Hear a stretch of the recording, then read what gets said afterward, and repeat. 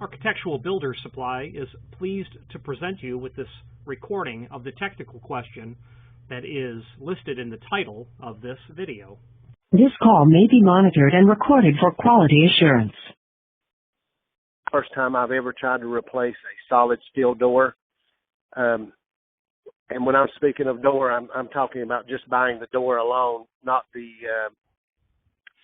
framing or the casing. That's understood. Okay.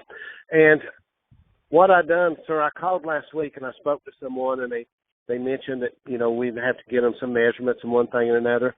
And over the weekend I was online and I noticed you can actually pull up the brand of the door that I have online on your website.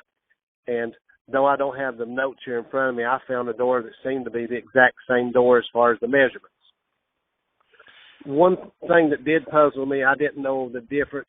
The brand of door I have is Amweld, and there was a couple different, it may have just been a couple different qualities or a couple different gauges.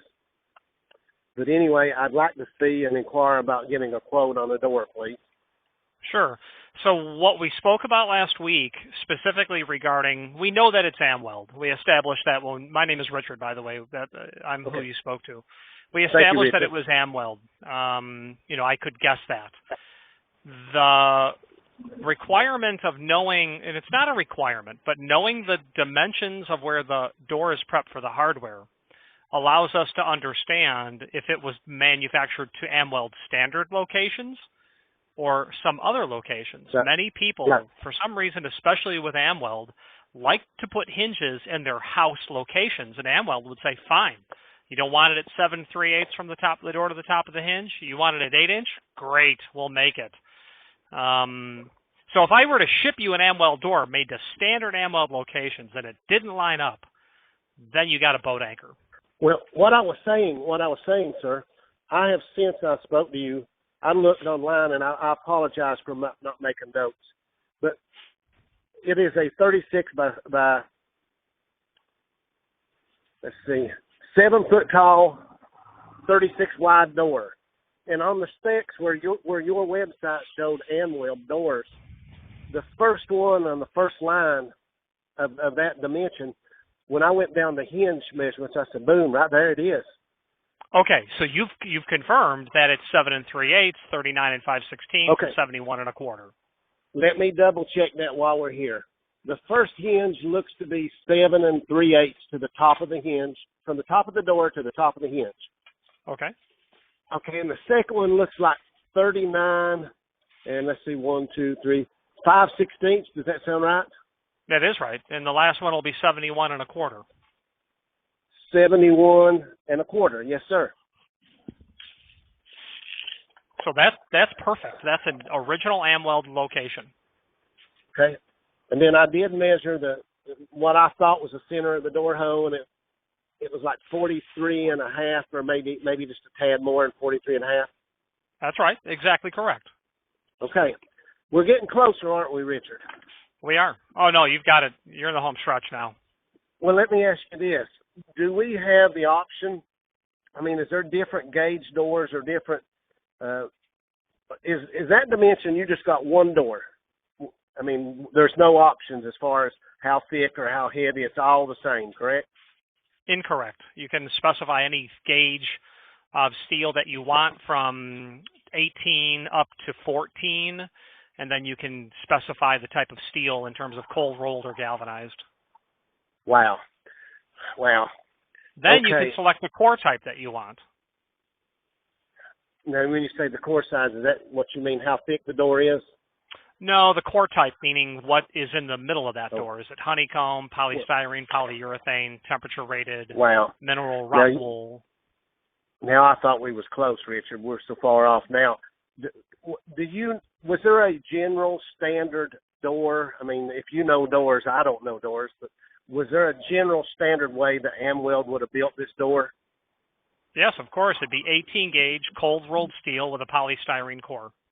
Wonderful. Okay. The only other option we might want to look at is this door is it's an entry door into an automatic car wash. And the reason I'm purchasing the new door is the previous owner had let about 3 inches of this door rot away, and it's in a water. It's slightly exposed to water, so the stainless steel may last a little bit longer. Is that a fair statement? It is. But it will probably cost a significant amount more. I would call it an order of magnitude more, yes. Okay.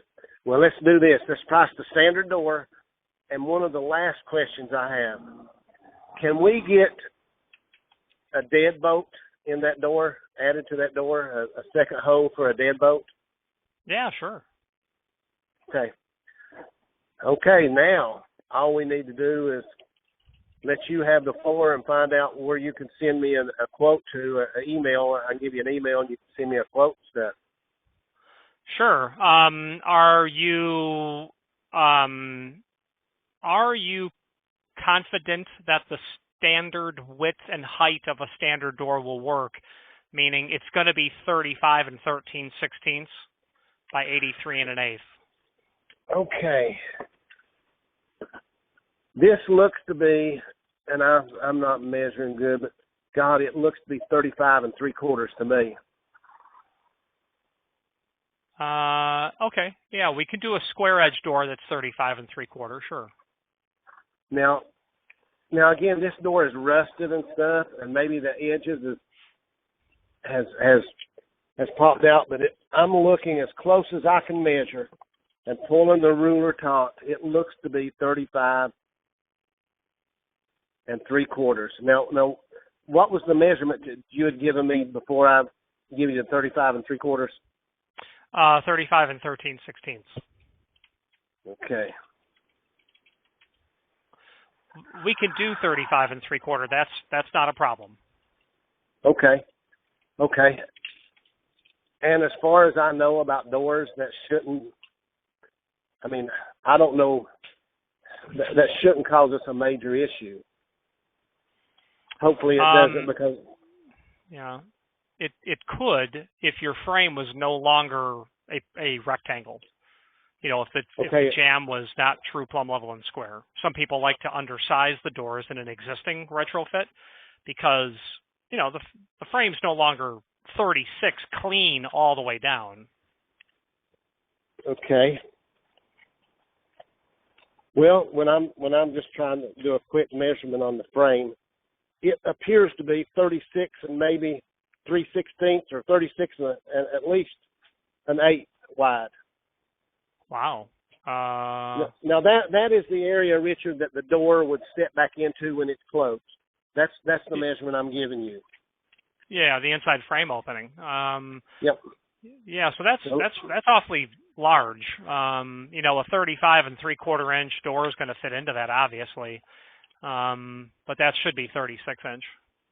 You know, minus 0 plus, you know, a 64th kind of tolerance. Well, let me go up a little bit higher, and it's definitely 36 inches, at least 36 inches at the top portion. Yeah, I would have no reservations about this door fitting in. Okay. Now again, I don't know where I come up with a 7-foot measurement because the bottom of this door is rotted out. So I marked it here. I measured it sometime, 36 by 7 foot. But I think what I was probably doing was measuring the door opening or the casing, because the bottom of the door is pretty well rotted out. And when I go from the ground up to the top of the casing, it is right at, God, it's a tight 7 foot, maybe 7 and 8. Yeah, you're going to have no problem at all with any of this. Now, Richard, when you do this, is this something that you manufacture to order, or is this something that's in-house normally? The door is kept on hand. The labor to do the deadbolt makes the lead time about a week. Okay. What is the cost of the door and the cost of adding the deadbolt? $664. Is that freight included? It is. Okay, and it would originate from what location? I think in the greater Atlanta area, or maybe Chicago. It would depend on whatever is closest. Okay. I tell you what, let's don't worry about an email. Let's just do the purchase. Okay. So what I need to know in this instance is the top of the door to the center of the deadbolt prep. Well, now here's the question. This door has no deadbolt in it. We were wanting to add a deadbolt to it. Oh, okay. That's easy.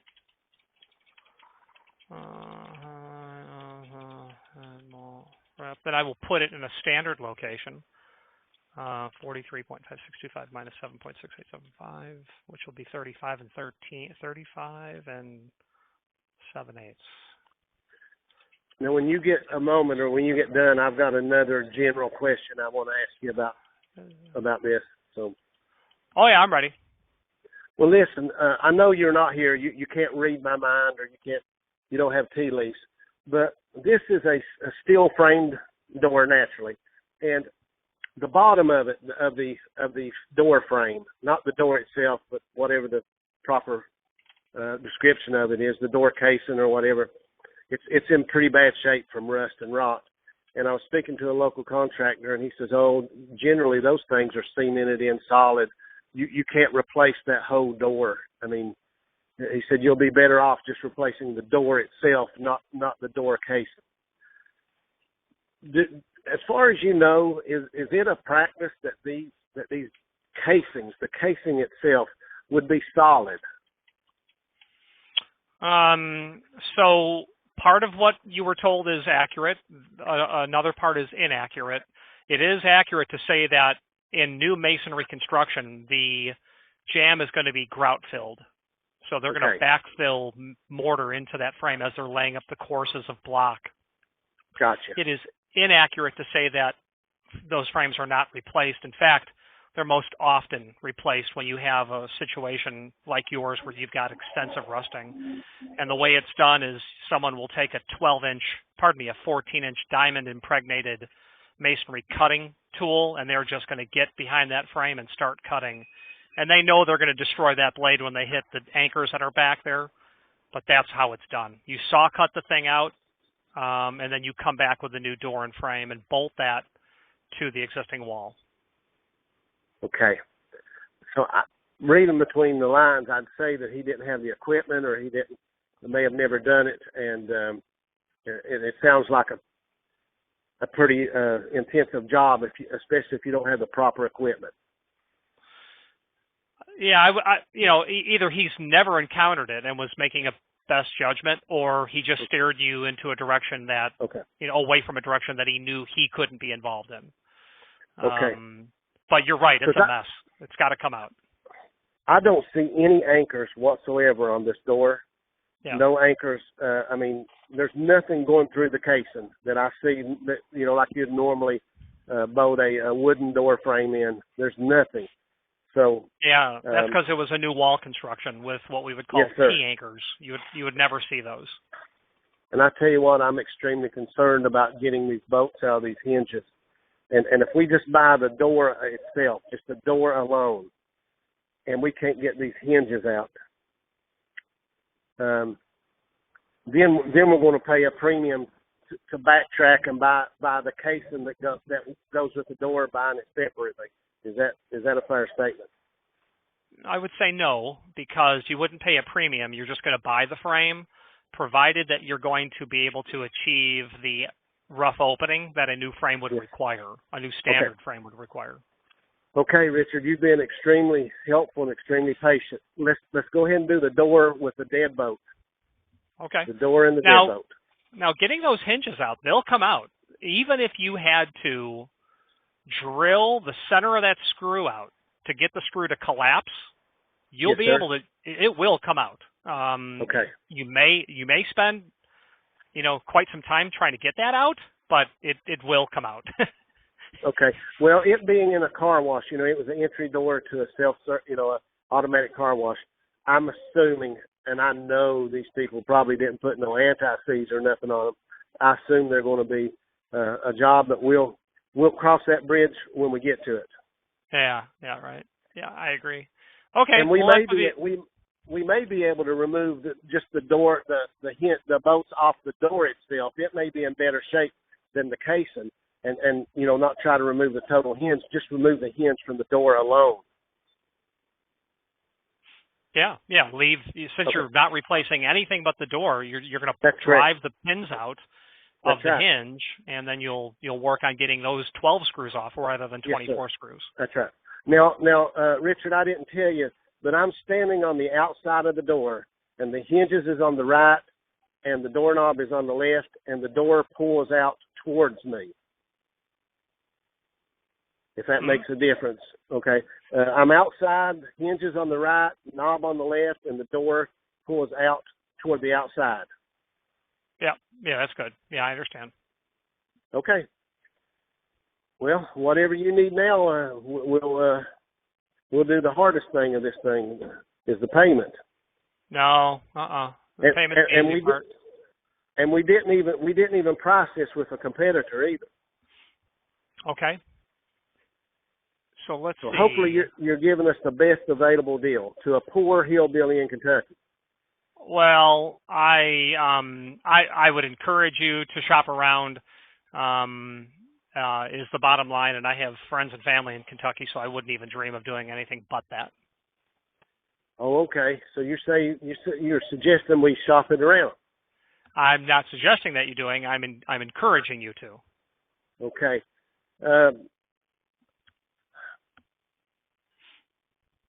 Well. I tell you what. Can I at least give you an email and you send me a quote, and that way you could give me the part number or whatever, and that way we can go back. I'm telling you, in my mind, unless there's more than like 15% difference, I'd rather just go ahead and push the door through. But I know you don't know what the competition is, but I'd rather go ahead and get it ordered and get it done. So I tell you what, we're going to go ahead and do it. Okay, so that's fine. In about an hour's time, the factory's going to have that order, and I'm not going to be in a good position to pull it back from them. So I can just send you a quote, and you can do your due diligence, because it gets sticky trying to cancel stuff. Yep. And I don't want to tell you that it's too late to be canceled. I don't, and plus I don't like customers saying, yeah, let's do it, and then all of a sudden the next day I'm getting a text at 6 a.m. that someone found it for $1 cheaper. Listen, this, you have done your due diligence and informed me extremely well. And when we complete this order, I've got about 250 other things on my list to do, and not a single one of them is price this door again. So okay. If it's cheaper out there, we're not even going to know it. But I appreciate, you working for me. I really do. I appreciate that. I look forward to it. Architectural Builders Supply hopes you have enjoyed this program.